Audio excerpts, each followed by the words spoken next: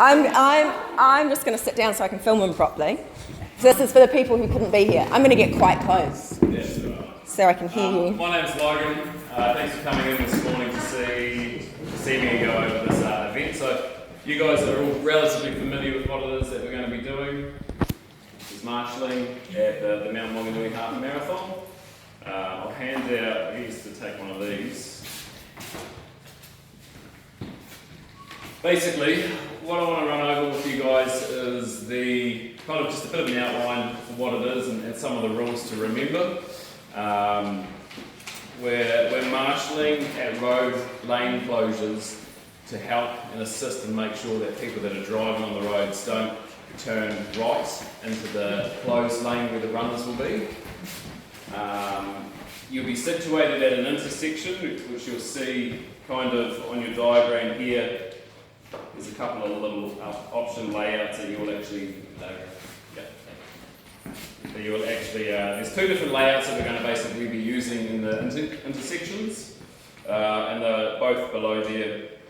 So before I kind of get into a wee bit more detail, a couple of things to remember that are probably foremost the most important ones is that obviously we don't want anyone to get hurt, so please don't stand in the middle of the road, stand on the footpath. If you need to go into the middle of the road, obviously the basic rules are look both ways before you cross the road. Another kind of requirement is that you have your high-vis zipped up, not loose either, so it needs to be zipped up the whole time. No cleavage. Cleavage, yeah, okay.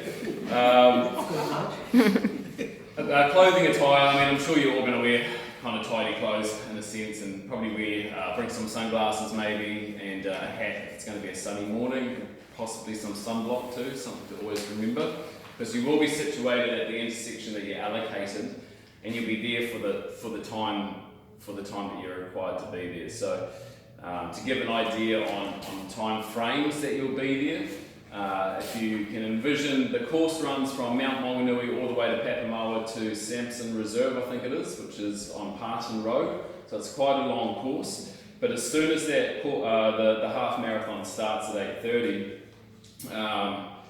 there'll be a team of people following behind the kind of last people of the event, packing up as they go along. So as they kind of come along past every intersection, they'll be saying, "You're all good to go now." And so from that point on, that'll be the quickest turnaround in marshals, all the way to the end, which will be the longest, which finishing is approximately kind of midday if you're situated in the mount, because they'll be the ones that'll be there for the whole duration.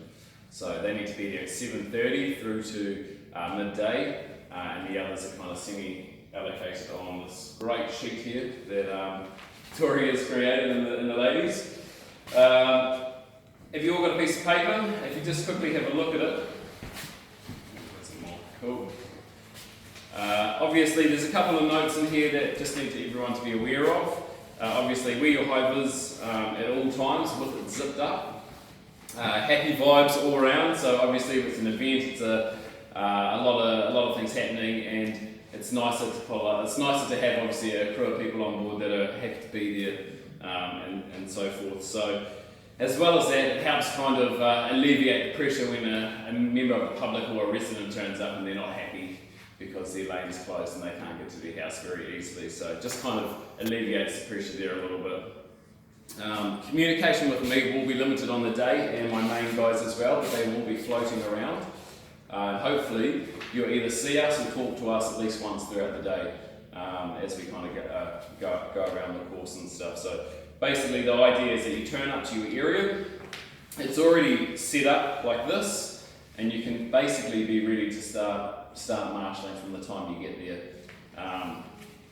The lanes will be closed. It will be probably a wee bit messy at the start. As soon as kind of 7:30 arrives, that's officially when the lanes close, but from kind of 7:30 to 8, there will be times where residents are coming in and out of the lanes, where the public are going to be driving in and out of the lanes, where it's just that kind of that period of time where it just takes for people to get used to what's going on. And generally what happens is once the event starts, everything kind of starts to flow on from there, and it becomes a lot easier to manage. So If you do have any issues though, if it's an emergency, contact obviously your lead people or myself last case, but I can't guarantee I'll be able to answer straight away, but I'll definitely call you back. I've stated in here, obviously, public may be angry. This does happen. People don't like their mornings being upset.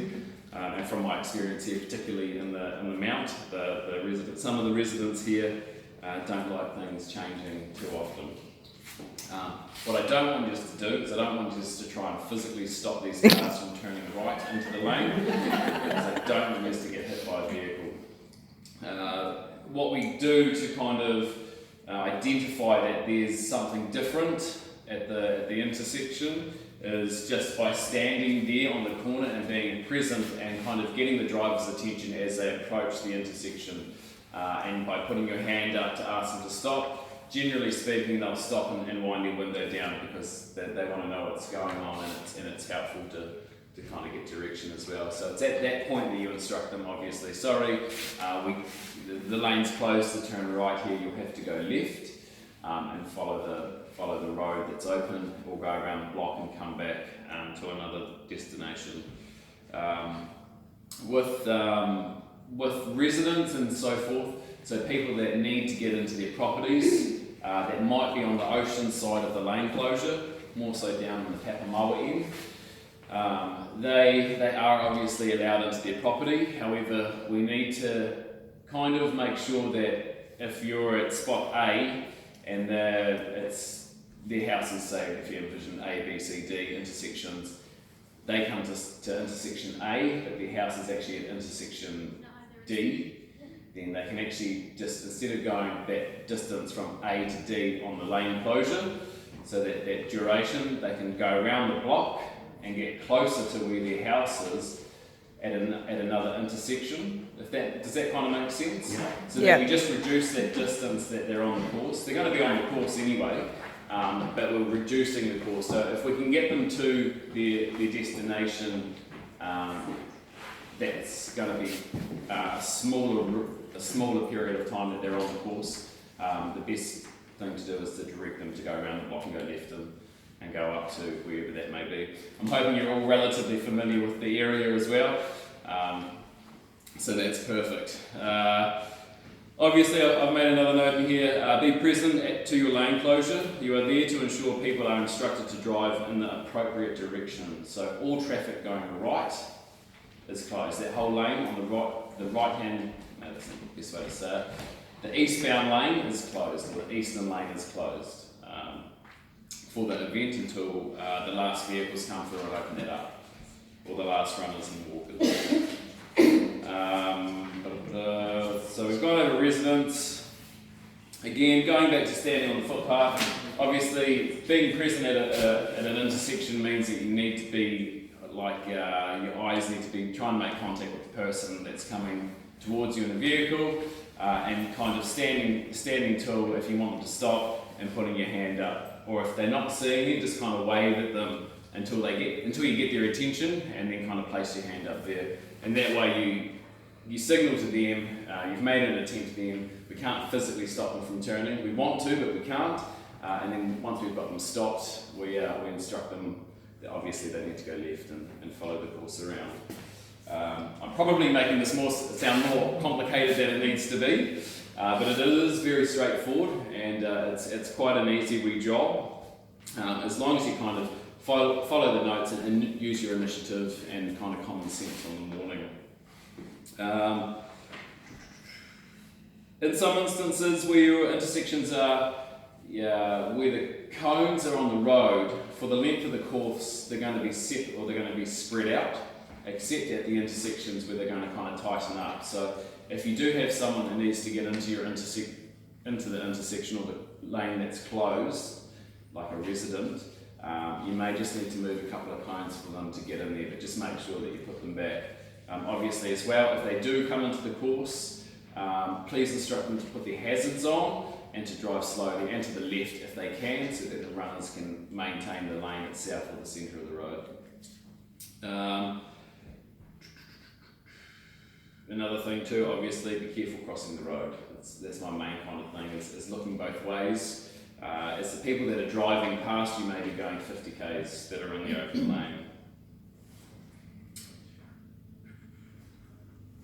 lane. So really, overall, that's kind of it. Be happy, be present to your site, wear your high vis, and be active. We want to have a really good day out there. I don't want anyone to get hurt, and I want to make sure that kind of all you guys go home happy as well. So it's really straightforward. Have you guys got any questions or? Yeah. So essentially we're stopping every single person and making sure that... Essentially you are, yeah. I mean, we don't have to as such. What we can do is we can leave it up to them to figure it out. However, chances are some of them are going to take the opportunity to turn right and drive into the oncoming traffic. So we want to be present there to the intersection to kind of prevent that action happening from the driver on the day. And it's going to be relatively quick. I mean, people in the Mount and Te Papamoa, it's not a new thing to them as such. They're familiar with it. It's been here before. It's not a new thing. You talk about group leaders. Are they the people on the spreadsheet in blue? They are the people that are here that are going to talk to your group leaders, that are going to talk to the other marshals, the other... The rest of our 50? Yeah. Okay, that's cool. So you guys that are... You mentioned about people being... You will on brief the rest of the 50, yeah. So okay. If there's an issue, just everyone can call Victoria, and then and then she can sort it out. No, so I'm assuming you've got like a wee bit of a structure with the main people from... Yeah, that's cool. That's what I was just trying to clarify what you want there. Okay, that's cool. Yeah, no, we can do that. So we'll let you know who those group leaders are. Yeah. And the second question is, you mentioned a 7:30 start time, and yet on that spreadsheet, I've got 7:15. Okay. Yeah. So they still... Yeah. That's what's on the spreadsheet, is what we do? Yes, we go by the spreadsheet. I just run with on my head the whole thing's going to be closed at 7:30. Okay. So whatever times they allocated on there, I'll review that again today after my next meeting. And if there's any changes, I'll let you know. But basically, it's at the time frames that I allocated to you, the appropriate time frames. We'll just have other things happening leading up to it. Cool. And the people that are in the Mount at 7:30 a.m, when the runners are in Papamoa at 7:30, what do they be doing for the first half hour? Just looking good. Okay. Geez, that's lucky on there. What's that? It's 5K and 10Ks as well, so that won't be too long. Yeah, well, so from 7:30, the whole idea is at 7:30, I can't remember off the top of my head what the start times are, but basically the course is to be closed at 7:30. Yeah. So we'll probably have it ready to be closed at a time frame before 7:30, but it's kind of, we can enforce it when people arrive to the intersections to basically say, hey, don't turn left. Don't turn right, sorry. Another one is obviously if you see cars in the lane that's closed, where the runners are in, that shouldn't be there, try and get their attention to stop them and get them out of there as they kind of pass you. Obviously, again, if they are going to ignore you, they're going to ignore you. That's pretty much how it goes with some members of the public, but we can make an attempt to say, hey, you can't actually be in there, can you just come out and I can try and help you get to your destination around the block kind of thing. Very easy, just read the notes, don't stand in front of a car and be friendly to everyone that kind of approaches you. If you get members of the public talking about or asking questions, just say that it's closed temporarily, or if you've got people in cars that are really annoyed, and just say, I'm really sorry about this disruption, or just make up what it is. It's obviously it's an event, we apologise for the inconvenience for them, and it will be open soon. It's probably the key to say that it will be open soon, it's only a short period of time. Do you have all the numbers which we might need, like the ambulance and the event coordinator or whatever? You guys would probably just be directed to call 111 if you needed to. So say for example, that's a really good question. If there was an emergency and someone was hit by a car or something that you got to kind of identify. If it's someone that's just tired and sitting down, obviously they'll have people going around the course as well. You can always contact me as well if you need to get an ambulance. And then, no, don't contact me, just call 111. The event staff will be situated around the whole course. However, I mean, there'll be times where they're not around there as well. So there's also stations every so many metres. I think every K or every couple. No, it must be every 5 Ks along the course, or every few Ks.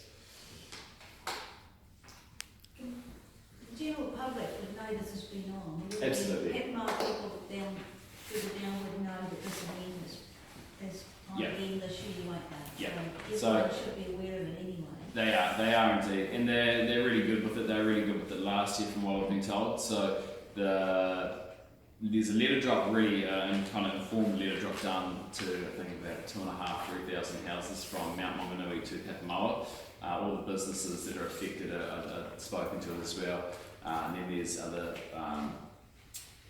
kind of public notifications that are going on through the Tauranga City Council and their website and VMS boards that are on the road as well.